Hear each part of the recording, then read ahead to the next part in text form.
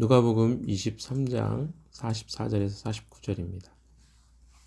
한 절씩 교독하겠습니다. 어느덧 낮 12시쯤 되었는데 어둠이 온 땅을 덮어서 오후 3시까지 계속되었다.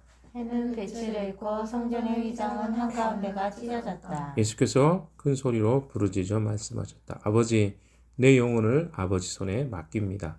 이 말씀을 하시고 그는 숨을 거두셨다. 그런데 백부장은 그 일어난 일을 보고 하나님께 영광을 돌리며 말하였다. 이 사람은 참으로 의로운 사람이었다. 구경하러 모여든 무리도 그 일어난 일을 보고 모두 가슴을 치면서 돌아갔다. 예수를 아는 사람들과 갈릴리에서부터 예수를 따라다닌 여자들은 다 멀찍이 서서 이 일을 지켜보았다. 아멘. 아멘. 오늘 말씀은 예수님께서 십자가에 못 박히셔서 숨을 거두시는 장면에 대한 이야기가 나오고 있습니다. 44절에 보시면 어느덧 낮 12시쯤 되었는데 과거에는 이제 시간을 6시간 정도 차이가 나는데 이것을 이제 한 오후 6시간을 빼면 9시 정도 됐다고 할까요? 아니 3시 정도 됐다고 할까요? 그렇게 이제 시간이 표현됐는데 요즘에는 이제 세번역으로 있다 보니까 12시로 표현되는 게 정확한 것 같습니다. 그러니까 12시부터 이제 시작해서 오후 3시까지 어둠이 계속되었다. 여기 이제 보시면 어둠이 온 땅을 덮어서라고 표현되어 있습니다. 그럼 우리가 생각할 때 어떤 사람들은 이제 이렇게도 표현합니다. 혹시 일식이 된 것 아닌가? 그래서 이런 현상이 일어난 것이 아닌가? 이렇게 생각할 수 있는데, 이 여러 가지 표현이 될 수도 있겠지만, 일식 현상이라고 보기에는 좀 다른 내용들이 있습니다. 특별히 이제 사람들이 또 추적을 해보니까 이때가 일식이 아니라 이제 보름달이 뜨던 시기였기 때문에 일식일 수는 없다. 이건 그냥 자연현상이라고 보기보다는 예수 그리스도의 죽으심이 의미하는 바가 무엇인지를 이 하나님의 분노하심 또 심판하심 이런 의미일 수 있겠고요. 또 45절에 보시면요. 45절도 한번 읽어볼까요? 시작. 한가운데가 찢어졌다. 예, 예수 그리스도가 만왕의 왕으로 오셨잖아요. 근데 그분이 십자가에 못 박혀 죄 없이 죽으시는 이 사건에 대한 이런 자연적인 현상을 통해서 하나님이 그분과의 단절 혹은 아까 이야기했던 것처럼 하나님의 심판의 한 모습 그러니까 해가 빛을 뭐랄까 잃어버릴 정도의 하나의 그 메타포 같지만 사실은 여기 안에 담겨져 있는 깊은 의미들이 있는 것 같습니다. 그것은 해가 빛을 잃고 성전의 휘장은 한가운데 두 가지인데 하나는 자연현상이죠. 빛을 잃어버리고 하나는 성전의 휘장이 한가운데가 찢어졌습니다. 여기서 성전의 휘장이라는 것은 지성소로 들어가는 그 1년에 단 한 번 대제사장이 백성들을 위해서 제사를 지내잖아요. 희생제사를 지내잖아요. 그 희생제사를 지내는 그 지성소가 있는 그 성전의 휘장입니다. 여기에는 의미가 있겠죠. 하나는 하나님이 예수 그리스도의 죽으심으로 죄인들이 하나님 앞에 나아갈 수 있게 되었다는 하나의 상징적 의미가 있습니다. 또 하나의 의미는 이스라엘에 대한 심판적 의미도 포함되어 있습니다. 성전에 휘장이 젖었다는 것은 어떻습니까? 이 성전이 나중에 해파될 것을 하나의 의미로 상징하고 있기도 합니다. 이 두 가지 메시지가 이중적으로 들어져 있다는 것이죠. 46절에 보시면 예수께서 큰 소리로 부르짖어 말씀하셨습니다. 아버지, 내 영혼을 아버지 손에 맡깁니다. 이 말씀을 하시고 예수님은 숨을 거두셨습니다.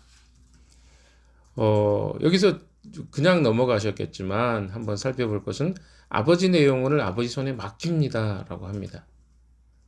자, 그냥 하는 이야기 같지만 이 이야기는 예수님이 누군가에 의해서 사망을 당한 것이 아니라는 것입니다. 무슨 소리야 할 수 있는데, 그러니까 이 생명을 제가 전에도 몇 차례 말씀드렸습니다만은 예수님이 이 땅에 오셔서 십자가에 못 박힌 것이 누군가에 의해서 되어진 일이라고 한다면 예수님은 능력이 없는 것이겠죠. 구원자로서. 왜? 구원자가 능력이 없이 인간의 세속적 권력에 의해서 사망을 당한 사건이 십자가 사건이라고 한다면 그것은 세상이 하나님이나 혹은 예수 그리스도의 권력이나 힘보다 더 큰 힘을 가지고 있다는 것이 될 수 있지 않겠습니까? 그러나 여기서 예수님이 이야기하시는 것처럼 예수님은 스스로가 자신의 생명을 선택하신 것입니다. 이 땅에 오셔서 십자가에 죽겠다고 하신 것도 하나님 선택이셨어요.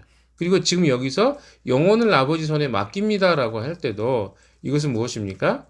누군가에 의해서 예수님이 지금 생명을 잃어버린 게 아니라 예수님 스스로가 이 선택을 하고 계신 것을 보게 됩니다. 그러니까 이 아버지 손에 이것이 맡겨져 있는 것을 다시 돌려드립니다. 이런 의미거든요.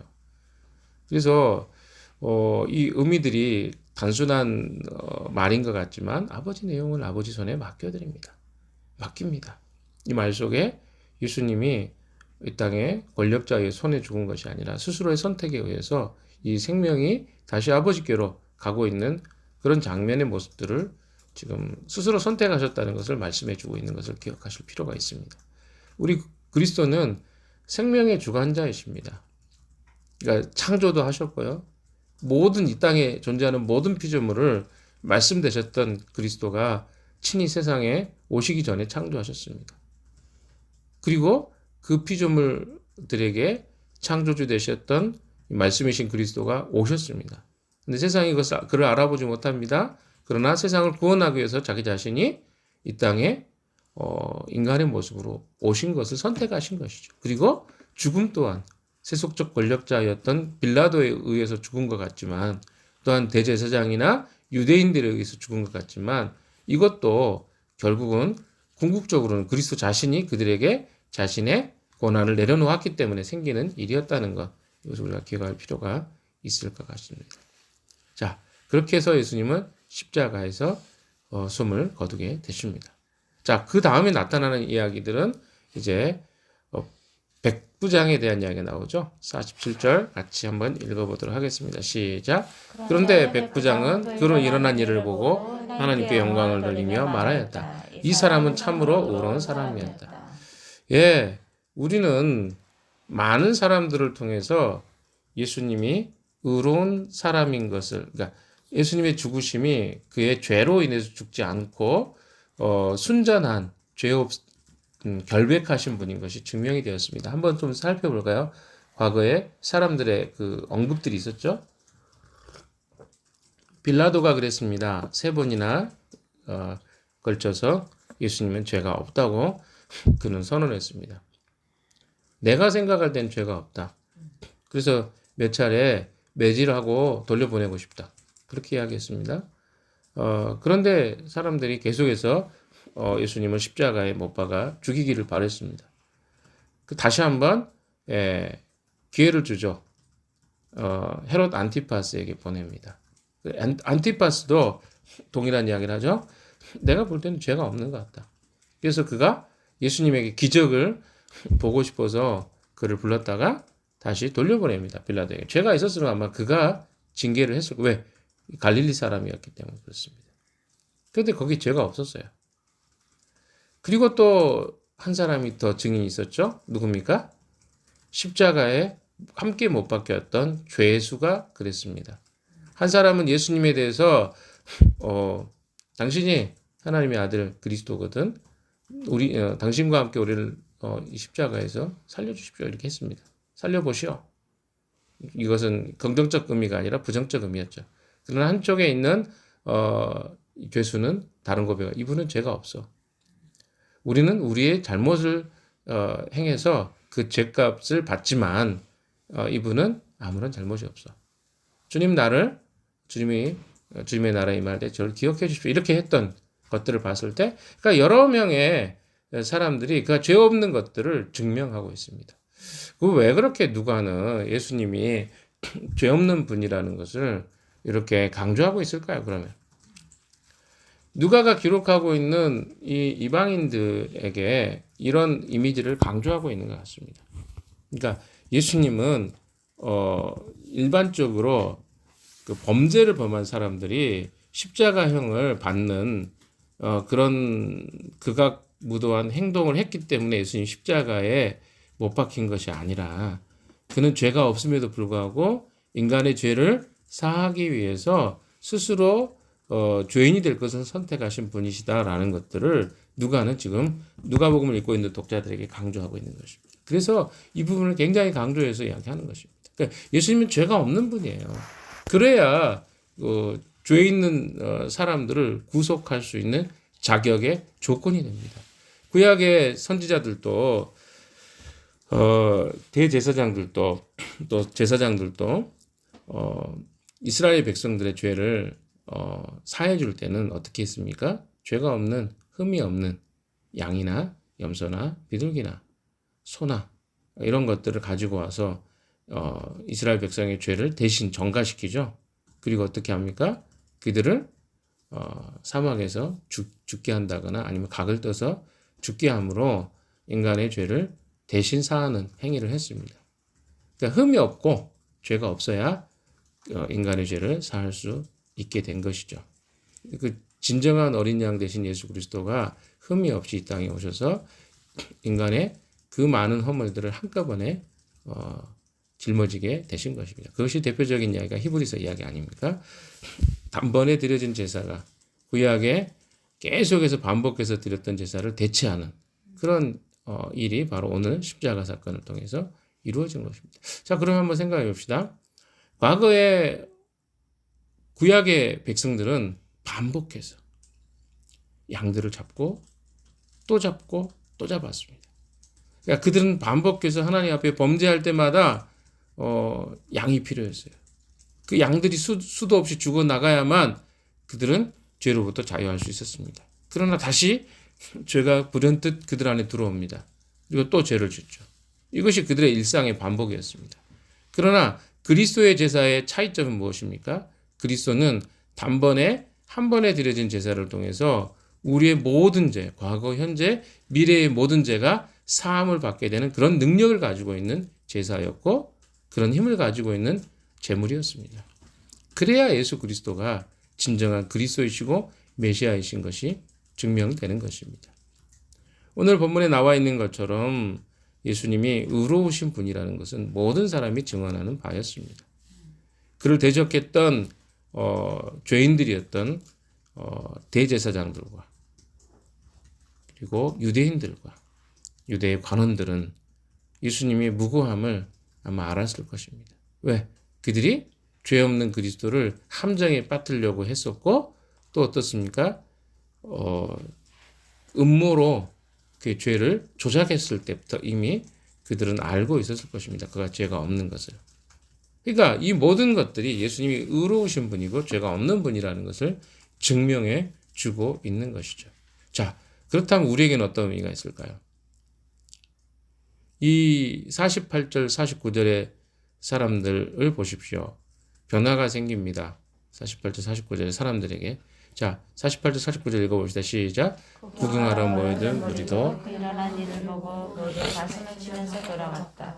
예수를 아는 사람들과 갈릴리에서부터 예수를 따라다닌 여자들은 다 멀찍이 서서 이 일을 지켜보았다. 네, 구경하러 모여든 무리도 그 일어난 일을 보고 모두 가슴을 치면서 구경했던 사람들, 그러니까 예수 편에 있지 않았던 사람들도 마음이 돌아섰어요. 이분이 그리스도로서 십자가에서 우리 대신에 죽으셨구나라는 것들이 100% 인식되지는 않았겠죠. 그러나 그가 무고하게 죽으신 것은 그들의 마음을 아프게 했습니다. 또한 49절에 예수를 아는 사람들과 갈릴리에서부터 예수를 따라다니는 여자들은 다 멀찍이 서서 이 일을 지켜보았습니다. 증인들이 된 것이죠. 그러니까 우리에게 예수를 이해하는 것, 예수를 아는 것은 굉장히 중요합니다. 왜? 그를 증언하기 위해서 필요합니다. 가끔씩 우리 공동체에 대해서도 그렇고 교회에 대해서도 그렇고 그리스도에 대해서도 그렇고 누군가가 우리에게 물어봅니다. 야, 네 공동체는 왜 이렇게 특별하니? 이렇게 물어보면요. 여러분 어떨 것 같습니까? 여러분이 잘 이해하고 있고 그 우리 공동체에 대한 공동체성을 왜 공동체로 존재해야 되는지에 대한 것들이 여러분의 해석이 잘 돼 있는 사람들은 어떨까요? 그것을 잘 증언하겠죠. 아, 우리 공동체는 이걸 추구해. 그리고 교회는 이런 거야. 그래서 나는 이렇게 경소동에서 함께 공동체를 이루고 살아가. 라고 이야기할 것입니다. 그런데 어떤 사람도 그게 정리가 안 된 사람, 그냥 좋아. 그냥 좋대. 함께 살면 그냥 외로웠는데 덜 외롭고 또 뭐 제임스라고 크리스탈이라고 이렇게 리더가 있는데 그 옆에서 코칭해 주니까 그냥 뭐 그게 좋지 않을까? 이렇게 생각할지 모르겠어요.